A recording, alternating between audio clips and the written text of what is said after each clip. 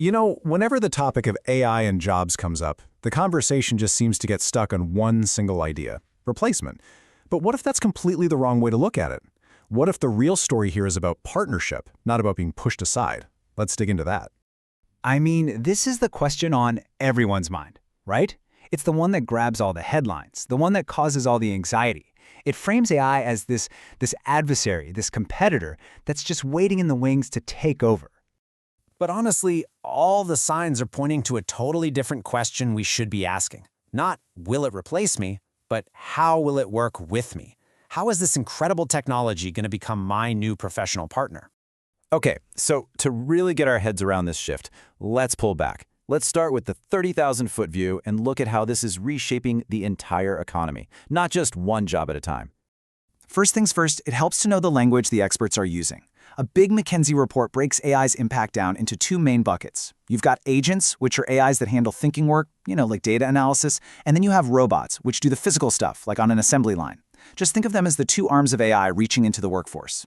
And the scale of this is, well, it's huge. These agents and robots could potentially automate tasks that account for 57% of all the hours worked in the US. Now, that sounds like a massive tidal wave, and in a way it is. But here is the absolute key.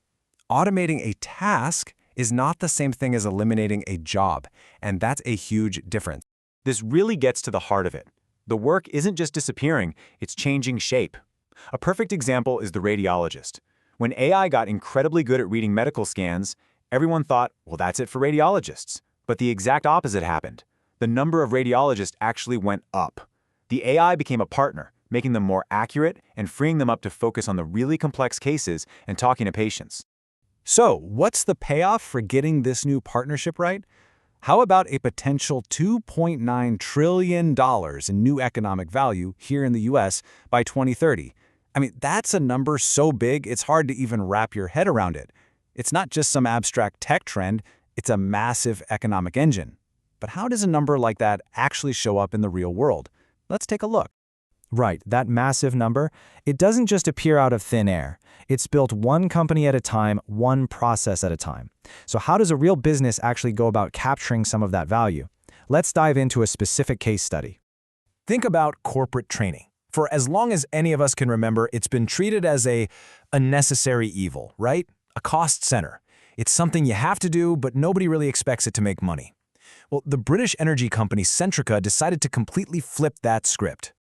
They just ditched that old inefficient model. You know the one I'm talking about, those generic, one-size-fits-all courses that everyone just clicks through to get that little check mark. Instead, they brought in an AI-driven system that personalizes learning for every single employee.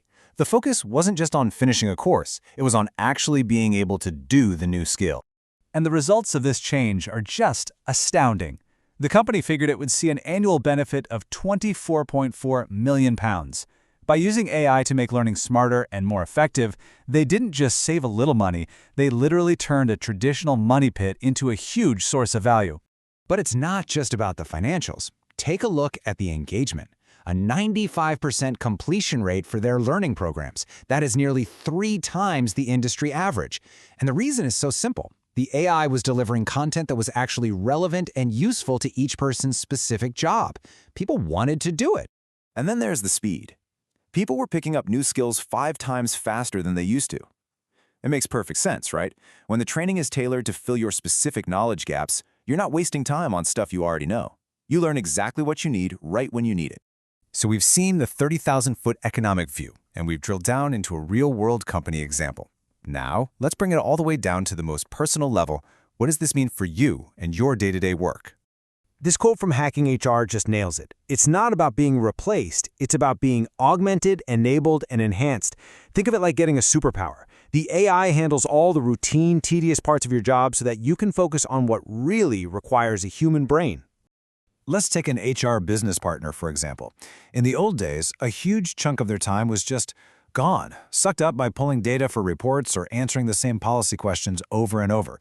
With an AI partner, all of that gets automated, and suddenly their time is freed up for the high-value, uniquely human work, coaching leaders, designing a better employee experience, and really thinking strategically about things like the ethics of AI at work.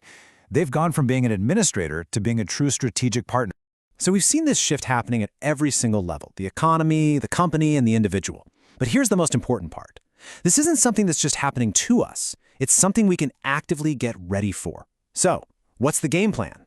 Your path forward really boils down to 3 key things. First, and this is the big one, you've got to shift your mindset. See AI as your collaborator, not your competition. Second, you have to commit to always be learning. You don't need to become a coder, but you do need to be curious and understand the basics. And third, double down on the skills that are always going to be uniquely human. Things like creativity, critical thinking, and empathy. Those are your new superpowers.